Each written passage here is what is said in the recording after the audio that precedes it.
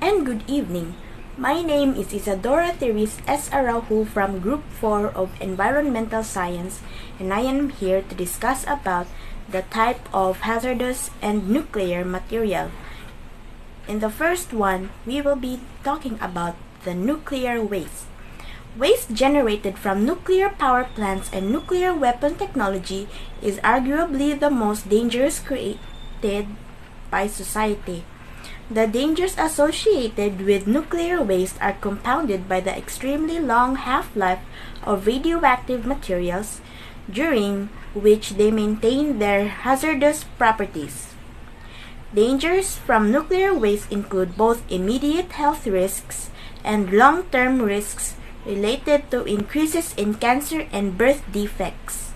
There are also safety issues around nuclear waste, as certain types can be used as weapons and need to be stringently controlled. So basically, ang kaning nuclear waste kay gikan sa mga power plants, mga nuclear factories nga kailangan dili kayo ni siya dali ma-dispose kay radioactive siya. This is Owen P. Bilusilio, and today I'm going to discuss to you what is industrial and universal waste. So let's first tackle what is industrial waste. So in the word industrial, what comes to your mind? Right, it is business or establishment that produces goods and services to the environment or even in people. So on the other hand, what is waste? So what comes to your mind when you say or when you think about waste? So waste is the leftover or unwanted materials. So if you combine it together, industrial waste is the leftovers or unwanted materials coming from the business or establishment. So in simple terms, industrial waste is mao ni siya mga basura or mga waste nga gikan sa mga kompanya or mga business. So there are agency that groups the waste of how they came from and how harmful they are, and it is the Environmental Protection Agency. It also provides rules and guidelines of how properly dispose this waste or this harmful industrial waste. So if this waste is not properly managed, it will cause an air, water, and soil pollution that can impact our atmosphere or environment. Since I'm done tackling the industrial waste, so let's proceed to universal waste. So what is universal waste? So this waste is called universal because all people are there is commonly use this one and disposes this one also. So what are these waste, or what are the examples of this waste? So the two common major examples of universal waste is the battery and also the bulb. So why is it battery and bulb? So people is commonly uses this everyday lives and also dispose it. So if this universal waste is not properly managed, it can cause an major impact to our environment or society that causes air pollution and also water as well as soil. So it is very important to manage properly our waste, especially the universal and industrial waste. So I think that is the end of my reporting. So thank you everyone, and that's all. Good morning everyone, my name is Kent Adrian Iabisha from Group 4. My topic is medical waste. medical waste of certain types can be a biohazard and pose safety risk. Two of the US EPA does not strictly designate medical waste as hazardous if definitely can cause health problem. If it is not properly managed, discarded needles and blood products have the potential to spread diseases and cause injury. Most medical waste streams are regulated at the state and local level. For example, ang medical waste, mga kagamitan sa ospital. For example, na ito, kaning syringe. What if kung ang syringe, ang libutang ng syringe, ang kuwan sa syringe, sa syringe kay pangkuwan sa HIV. If ang kanang tao, if kanang tusukan para kuwan sa HIV, if magtusok na ang syringe na ang gigamit nga syringe dapat ilabay na siya og tarong. Kay if dili na siya ilabay og tarong, what if if dili siya mo labay og tarong, may posibilidad man siya magakusik sakit sa kataw. Kailangan jud nato ilabay jud nato itong mga kagamitan sa kagamitan nato nga makasakit sa tao. That's all, thank you. Good morning, my name is Lister M. Daitol and I am gonna report. My topic is all about construction waste. So construction waste refers to the advantage materials or debris that are produced during the construction, renovation or demolition of buildings and other structures. These waste can include things like concrete, wood, metal, bricks, glass, plastics and leftovers building. In simple terms, construction waste is everything that gets thrown away when building or tearing down a structure. So kaniday siya ang construction waste mo ni siya ang mga waste nga gikan sa building nga giguba para sa kanang mga siminto ana ipang tambak sa mga dalan ana or sa inyong mga balay, tambak mo na siya ang construction waste or mga kabilya na niya, mga kabilya, mga bato, mga wood mga waste na sa mga construction mo na siyang construction waste. So proper management pud ni siya of this waste is important to reduce pollution and protect the environment. Makatabang sa ni siya sa environment para ma-reduce na atong pollution sa atong environment. That's all. Thank you. Hello, my name is Mikey. I will be discussing about electronic waste. Electronic waste product contain trace amount of hazardous materials that can pose problem if incinerated or disposed of in a landfill. Computers contain many components that fall into this category, including CPU, CRT monitors, and printed circuit boards. Their widespread use and unregulated disposal make them a real contributor to the overall hazardous waste problems.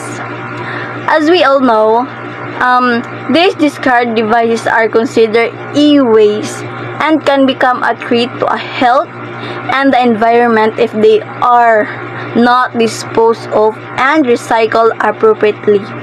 Common item in e-waste stream include computers, mobile phones, large household appliances, and medical equipment. There are 5 chemicals found in e-waste. One is substance. Substance occurrence in e-waste.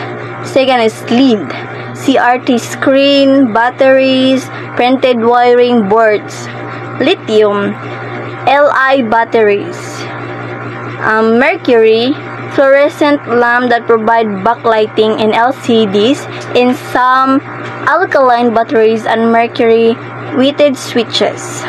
And the 5 is nickel, rechargeable NICD batteries or NIMH batteries, electron gun in CRT. That are the 5 found in hazardous substances in e-waste.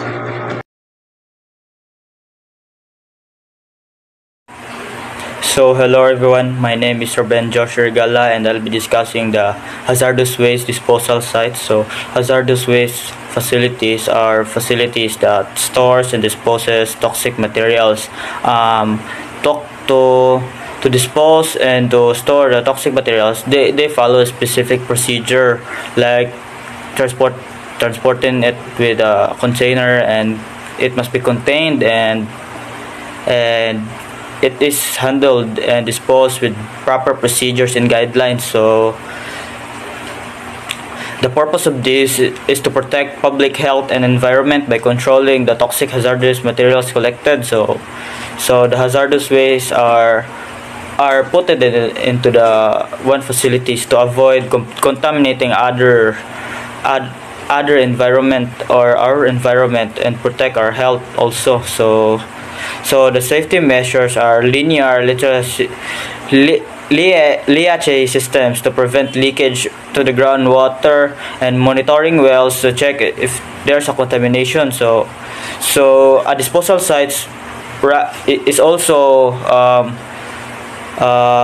near to the ocean sometimes. So they must monitor wells in order to check if there's specific contamination coming from the disposal site. So it must be controlled and stored properly. So that's for that part. So thank you.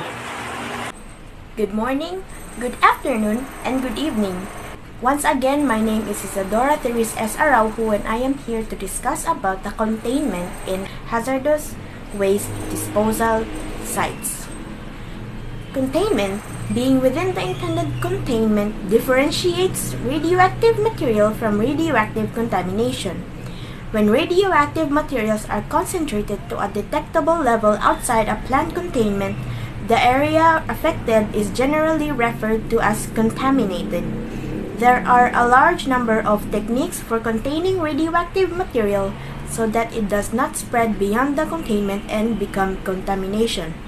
In the cases of liquids, this is by the use of high-integrity tanks or containers, usually with a sump system so that leakage can be detected by radiometric or conventional instrumentation. So, ang containment kay diri unsaan pag butang sila sa specific kinds of containers. Like, example, mga dako na baril na probably encased or infused with radioactive proof items. And never na-leak may tabo sa mga containers kay madetect ra siya through radiometric or mga conventional instrumentation, same as Geiger counter. That's all in my part. Thank you. Good morning everyone, this is my second topic. So my second topic is land disposal. So land disposal is the process of getting rid of waste by placing it on or into the ground. This is usually done in specially designed areas called landfills. So unsa din ni land disposal? So ang land disposal mo din ang mga waste nga ila ibutang sa ground or ilang ilubong. Muna ang land disposal. So unsa din ang landfills? So ang kanidang landfills dai mo din ang specially designed places nga asa nato ilubong ang ato ang or i-buried nato ang ato ang garbage, or asa nato i-buried or ila i-cover with soil. So mao na para natay safety dispose of garbage.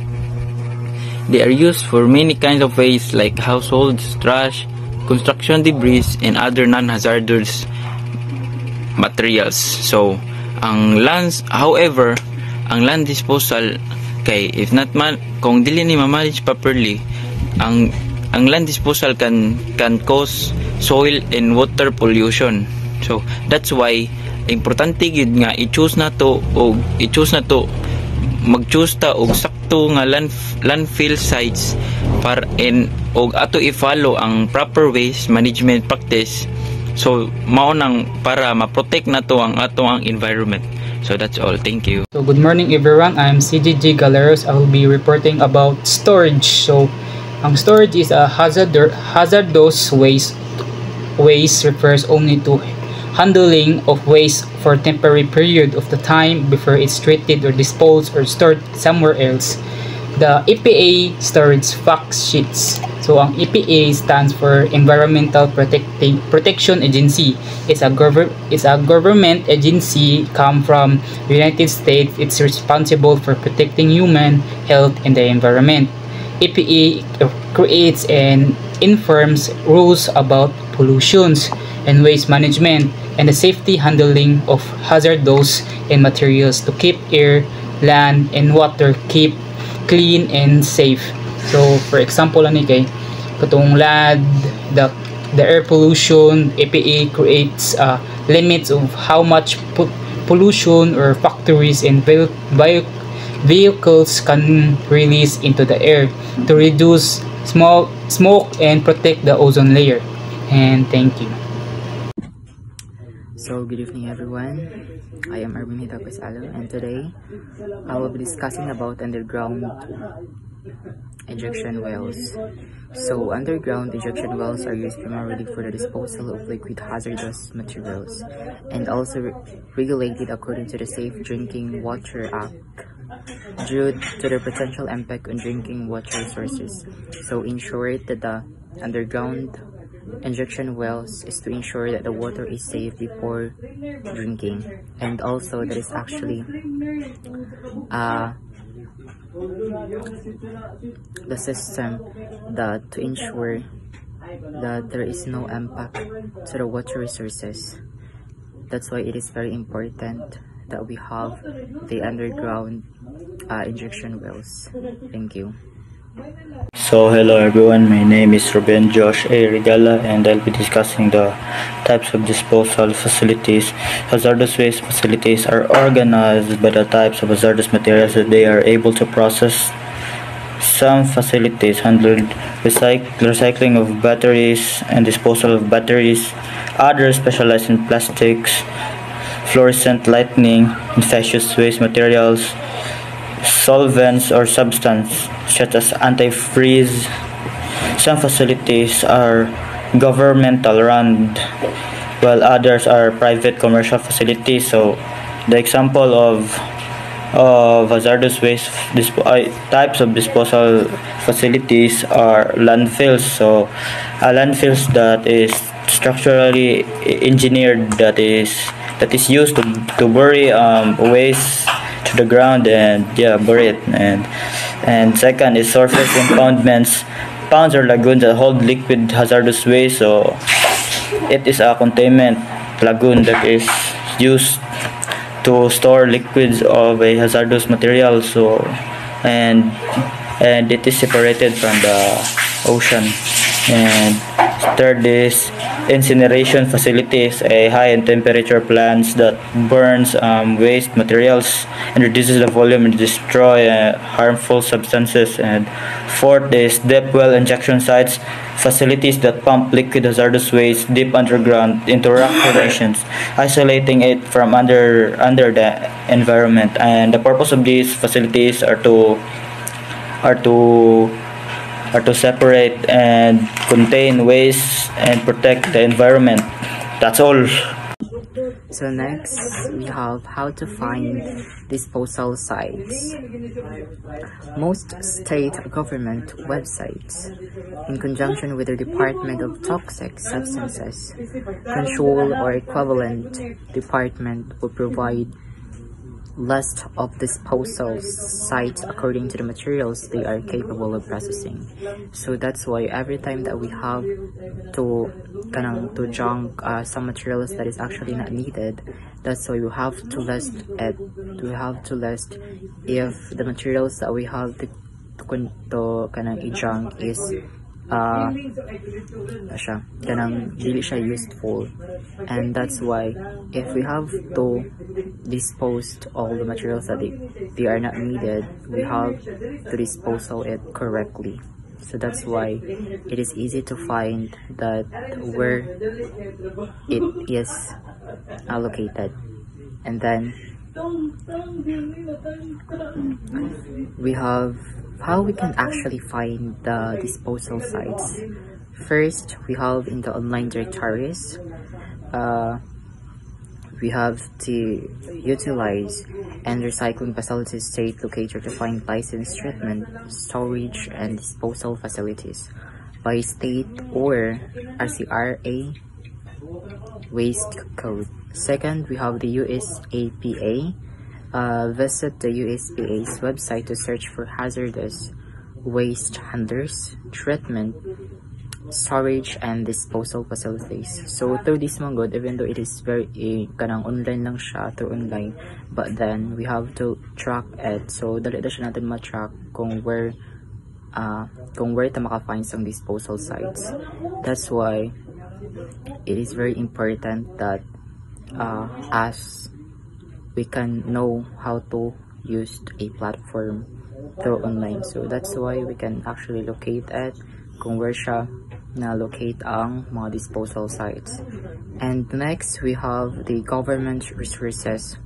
So first, we have the Access the Resource Conservation and Recovery Act information. It is actually the system to locate the data on hazardous waste handlers. So through this mga good, kani siya is very important kay dali ra siya malocate ang katong mga disposal sites or katong mga hazardous nga waste nga kanang gijang. So that's why. Next, second, we have the state environmental agencies. Contact your state environmental agencies or department for information or permitted facilities. So this mga good, it is very helpful for us kana siyang if we have to know naman good kung where siya nakalocated ang disposal sites, dapat we have to kana siyang mukontakta sa environmental agency or kanang person nga mao na sila ang nag-care sa environment or kung where to siya, kung sila ba ang mukuha sa mga disposal sites. So that's why if we actually know kung where siya located ang disposal sites, is we have to share it to every one nga mao na siya ang mukuha sa ila. And thank you. Good day everyone, my name is Mark Herbert Ignacta. So today I'll be discussing the nuclear waste and airborne contamination. So first ako i-discuss ang nuclear waste. So what is nuclear waste day? So nuclear waste or radioactive waste kay mo na siya mga waste na gikan sa comes from nuclear plants, research labs or medical use ng mga equipments.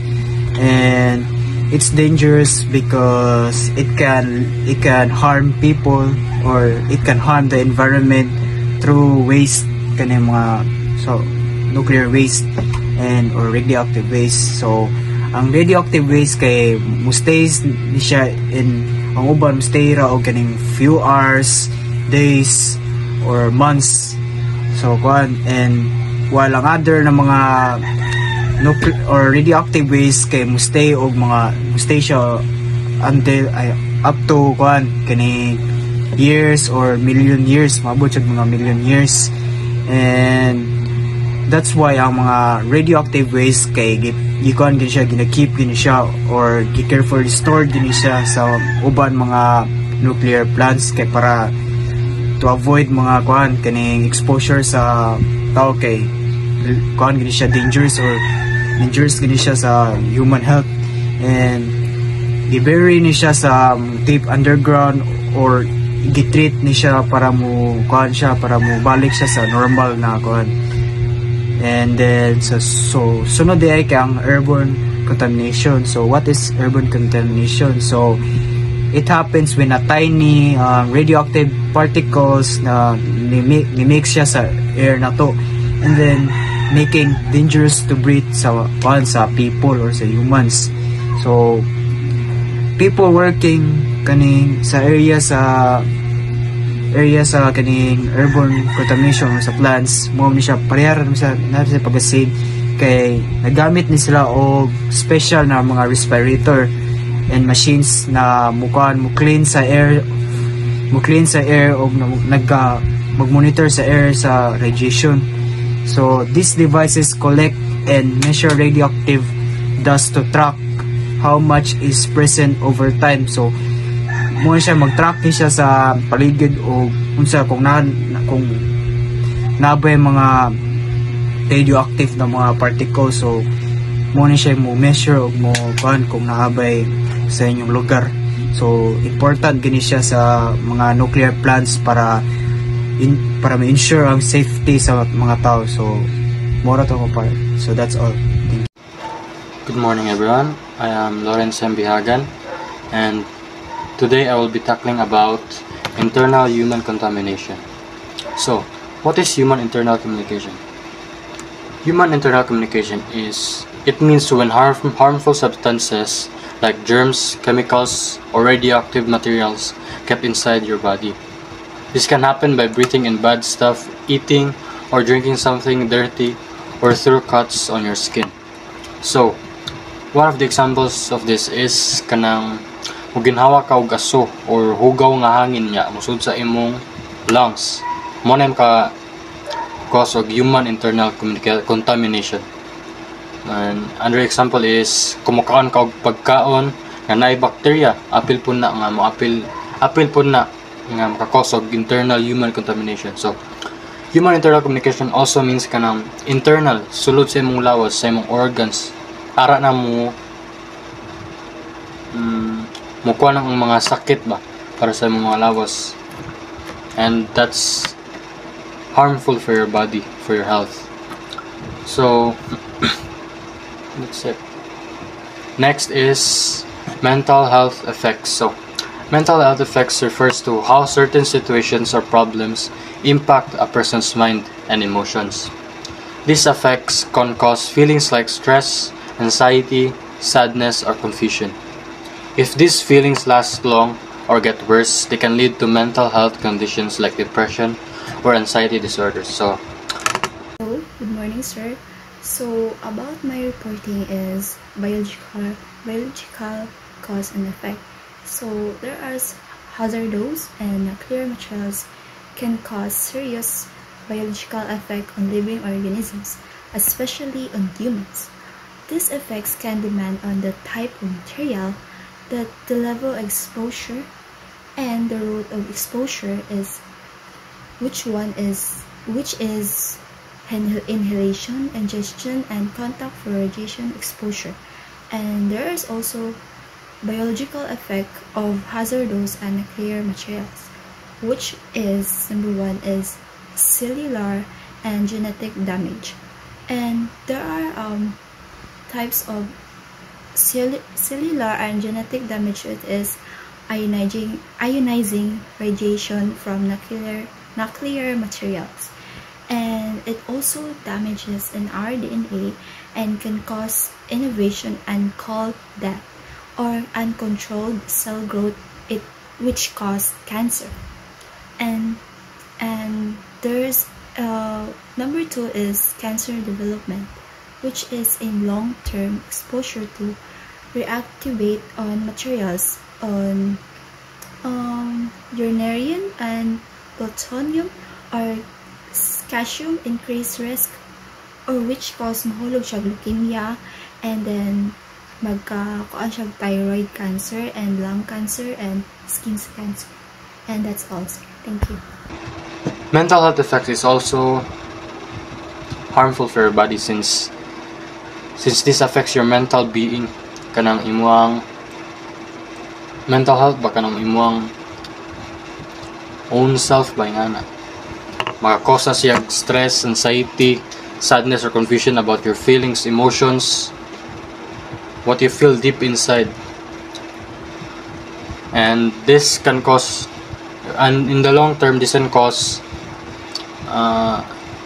depression, and depression is a very dangerous thing to humans kay maka-cause pa na siya suicide, diba? Nga na maka una-una na kag suicide, kanang hurt your body, kanang you will cause bleeding sa imong body, kanang imo nang pasagdan imong kaugalingon, dira ka mukaon, di matulog because of the feelings that's piling up in your emotions ba. Emotions ka nagpile na nya dila nimo makaya, mao na maka-cause of this depression sa imo, anxiety. That's it. Thank you everyone.